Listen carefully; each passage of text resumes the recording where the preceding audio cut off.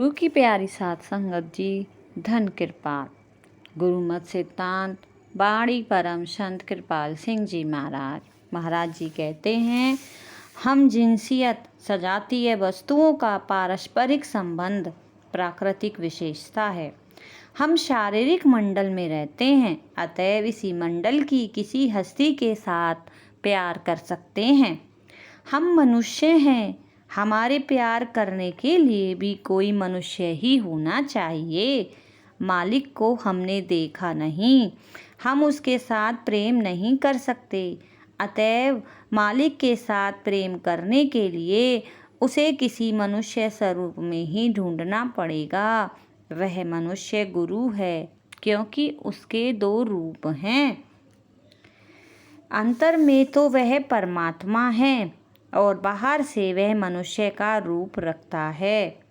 वह मनुष्य रूप में परमात्मा है या परमात्मा मनुष्य है। एक ओर तो वह मनुष्य के साथ और दूसरी ओर परमात्मा के साथ जुड़ा हुआ है।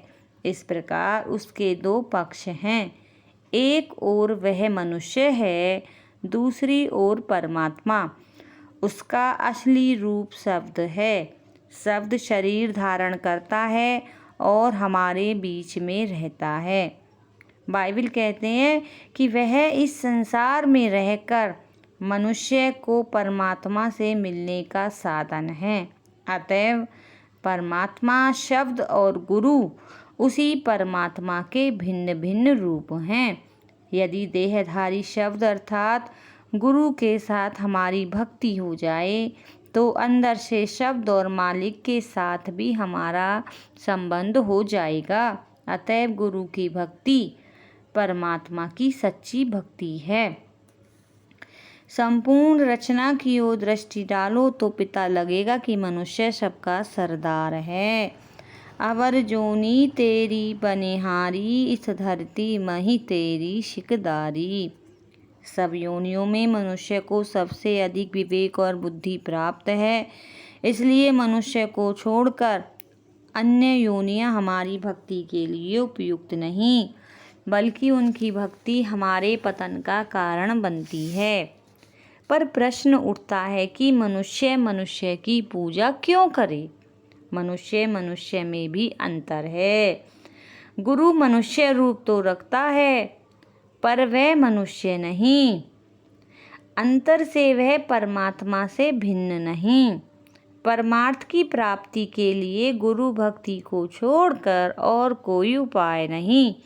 गुरु भक्ति के बगैर जितने भी कर्म धर्म किए जाएं वे सब निष्फल हैं। जिस प्रकार स्वप्न में किसी को धन मिलने से कोई लाभ नहीं, उसी प्रकार इन सब का भी कोई फल नहीं। हिंदू हो या मुसलमान, ईसाई हो या जैन, पूर्ण गुरु के बिना किसी को भी सुख और शांति प्राप्त नहीं हो सकती। अतएव गुरु भक्ति यदि शीश देकर भी मिल जाए तो भी सस्ती समझो, क्योंकि केवल यही परमात्मा से मिलने का साधन है।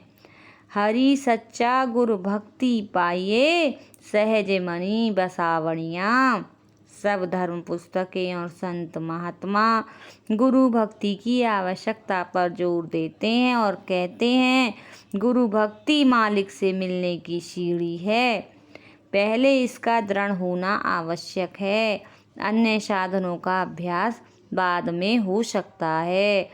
गुरु भक्ति के बगैर यह सब थोते हैं। उपनिषद भी यही कहते हैं कि केवल वही मनुष्य परमात्मा से मिलता है जिसके अंतर में परमात्मा के लिए उच्च कोटि की भक्ति हो और गुरु के लिए भी वैसी ही भक्ति हो जैसी कि परमात्मा के लिए है।